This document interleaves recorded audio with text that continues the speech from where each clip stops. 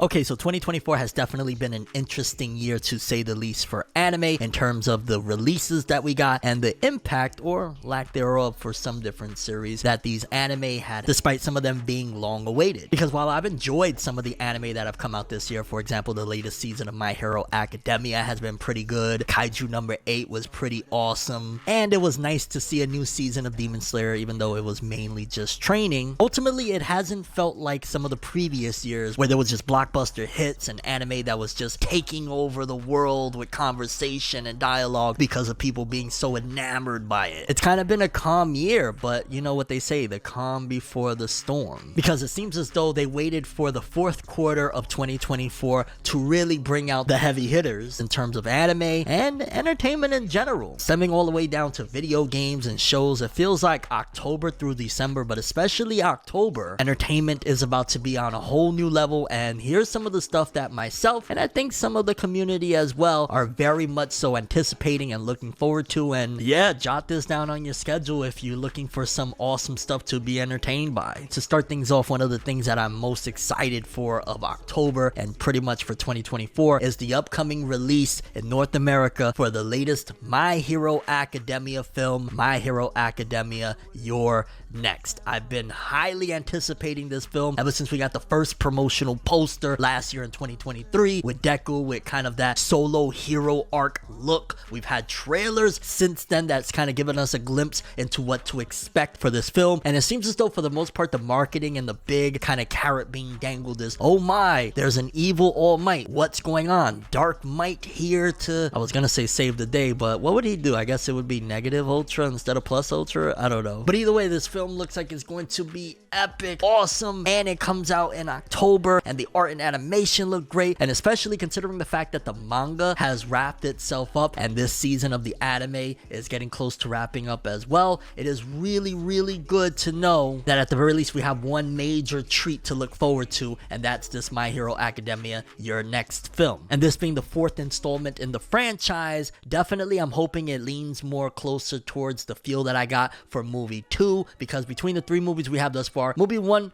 was okay. Movie 3, it was decent. The inclusion and overexertion of Rhodey was kind of like hit or miss for me. But that second film was just amazing. I think it was Heroes Rising. And I'm hoping that Your Next is definitely closer to the feel of that movie because it could be something incredible and great. And just in general, it's something that I'm looking forward to. And I'm like, yes, fourth quarter is bringing some epicness. Then moving forward from that, one of the major things that I know a lot of fans are waiting and anticipating for is Bleach's 1,000-Year Blood War, in particular with part 3 or core 3 of the anime. You've seen the trailers, you know the war is intensifying, you know that things is getting outrageously insane for the future of the series, for the future of our heroes, so to speak, or you know, the Shinigami, Ichigo and them. I mean, for crying out loud, the circumstances have gotten so dire that they whipped out Squad Zero, and we got to see a little inkling of Squad Zero, or a big inkling for that matter, with some of the anime original stuff that Tite Kubo penned, giving us a full demonstration of the battle between Squad Zero and Bach and his elite squad. And I'm expecting definitely more epicness moving forward with this third core. I'm expecting some greatness from Ichigo. I'm expecting a major twist that I will not spoil, but if you read the manga, then you know exactly what I'm thinking of and how I'm massively excited for it, because yeah, it's freaking Bleach. There's some epicness. The battles is gonna be great. The art and animation looks fantastic. Studio Pierrot looks like they've been putting their all into making sure that this is one that knocks it out the park. And yeah, Bleach 1,000-Year Blood War Core 3 is about to be flames, and definitely something that I'm majorly looking forward to. Then this one came out of nowhere. I believe it was announced, if not earlier this year, then late last year, that there was a new Dragon Ball anime on the way. And at first, a lot of fans, including myself, were extremely skeptical, considering the fact that most fans were waiting for, ever since 2018, Dragon Ball Super, the anime, to return. A lot of people have been wanting to see the next arcs in the manga, the Granola the Survivor and Moro arcs, be animated and all of that good stuff. But instead, Toei Animation announced an original, completely new anime that has no manga source material with the Dragon Ball Daima anime. And even more so, it kind of had fans feeling a little bit sour, the fact that the entire cast seemingly are turned into kids, and it kind of gave people vibes of like Dragon Ball GT, where Goku got turned into a kid. Although with this one, it's turning pretty much the entirety of the cast of Dragon Ball into children, and it seems as though there's a lot of demon stuff, so they're taking certain elements of this latest this dark triad, as I like to coin it, era of Shonen Jump with Demon Slayer, Chainsaw Man, Jujutsu Kaisen. You know, they're adding in a demonic twist to Dragon Ball, but I don't expect it to get as heavy as any of those series, because at the end of the day, it is indeed Dragon Ball. So I'm expecting fun adventures, definitely some hurdles to overcome, some cool stuff with the new Dragon Balls, maybe a new Shenron that we've never seen before based on these Dragon Balls, probably some exclusive and original transformations, even though we've already seen that Goku in his kid form is still capable of going Super Saiyan. I'm imagining they're gonna do more and introduce new forms and all that good stuff for merchandising purposes and just in general cool things that is gonna hook people. And you can say whatever you want, but the fact that if you're a Dragon Ball fan in 2024, knowing that there's a brand new Dragon Ball anime with no manga to spoil you, that you're going to be able to watch each and every week, that's a treat for Dragon Ball fans. Let's not forget the fact that this franchise started in 1984. To be able to say that you're getting new content from a source material that old is amazing, incredible, and something definitely to look forward to for Dragon Ball fans, even if you're maybe a little turned off by the circumstances and the fact that it's not connected directly to Dragon Ball Super. It's new Dragon Ball, and for me personally, that's something that I definitely got to see. And to tie things off, the fact that they're actually making it like a full-on Dragon Ball Bonanza Day, because on that same exact day, the Dragon Ball Sparking Zero game for PS5, Xbox, and all that stuff is coming out. And yeah, you could play your Dragon Ball and watch Dragon Ball Daima. It's a win-win. It's going to be a great day for Dragon Ball fans. Highly excited about that one. Now, this one already started, and I actually seen the first episode, and I'm not sure if I'm going to talk about it, because for the most part, I'm just kind of going to enjoy it quietly. Finally, after 5 years, the debut of the Uzumaki anime. Not to be confused with Naruto Uzumaki, because Uzumaki in Japanese means spiral. It's a horror anime. I read the manga a while back, and to be honest with you, I'm kind of just more so like, after watching the first episode, like, it's decent, but I could probably stick to the manga. But regardless, considering that this has been 5 years in the making, I definitely respect Adult Swim's dedication to making sure that this comes out. Of course, I respect Junji Ito, and in general, for fans of horror anime, so long as you can handle that type of stuff, this might be one to check out. Again, seeing the first episode, I didn't really have too much to say. That's why I kind of bailed on doing a first impression on the anime. I was just kind of like, it's pretty much the manga just kind of moving. Although I do like the aesthetic choice to keep it black and white. I thought that was pretty fire. It's not necessarily a show to watch per se, but Comic-Con 2024, something I definitely would like to attend. I don't hit up many anime conventions around the world, but Comic-Con is definitely a great time, and anybody that's going to be hitting up Comic-Con, I know you're probably going to have a great time. So that's something to look forward to as well. Again, this fourth quarter hitting big. One of my newer favorite sports anime is finally getting its second season, and that's Blue Lock. If you don't know about Blue Lock, essentially think soccer with My Hero Academia-esque quirks. Essentially like, hey, this guy can hit the ball extra hard. Hey, this guy can evade people. Like, each of the players have their own specific abilities, but they're working really hard to make sure that they win. And ultimately, it kind of gives me vibes of something even going back to like Kuroko no Basket again. I love the concept of taking a sports series and adding like superpowers to the players and stuff like that. I think that's awesome. I love the art and animation. In general, Blue Lock is just phenomenal, considering the fact that a lot of the big heavy hitter sports anime have come to an end, like Haikyuu, and of course Kuroko, even though that was a while back. I always bring Kuroko in because I really rock with it, and we just had the Slam Dunk movie not that long ago as well. But Blue Lock season 2, I'm all locked in for it. I can't wait. No pun intended, by the way. Also, the whole Squid Game element to it is kind of interesting as well. Another series that I'm kind of going into it for the most part based off a synopsis and knowing that it is a Shonen Jump title, and it's at the same time a different type of Shonen Jump title because it's called Blue Box, not to be confused with Blue Lock. It's a romance sports series, and based off the trailers that I've seen, it looks absolutely beautiful. I haven't watched a romance anime in such a long time, and at the same time, again, it's a jump one, so I'm imagining it's going to be a little bit different than the average sports series. And yeah, this is one that I may or may not do a first impression video on it, but I'm definitely going to be watching. If it's good, I will continue watching, and you never know, maybe a full-on season series review will come down the road. But that's one that I'm massively hyped for as well, because it seems like it's going to be good, and Shonen Jump hasn't had a big romance-esque type of series since like back in the day with Nisekoi. Another one that once upon a time I was a huge fan of, then over time I kind of started to think about the premise and the series itself, and I was like, I don't know, but still, nonetheless, I had read a ton of the manga back in the day, and I'm kind of sort of looking forward to the anime, and it's a series called Dandadan. It's kind of like a sci-fi shonen series, but some of the gags and humor in it sometimes feels like it's a little bit over over the top, but the characters themselves are pretty interesting, and I'm kind of sort of looking forward to it still, even though over time again I just kind of started to feel like, bruh,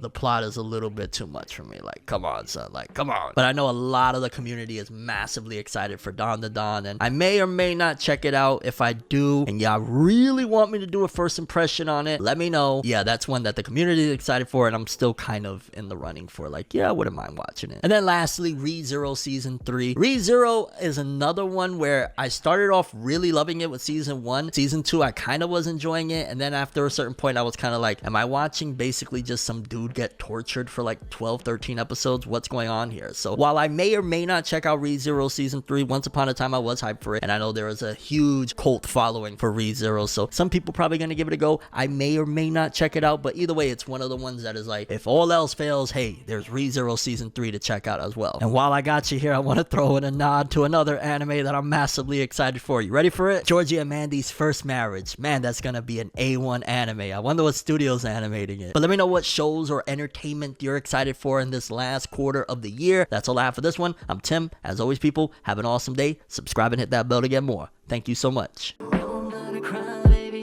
Got some feelings that I want you to know, but I can't lie, baby. I know you're not my lady, and that's okay. Be okay another day, or maybe I'm crazy.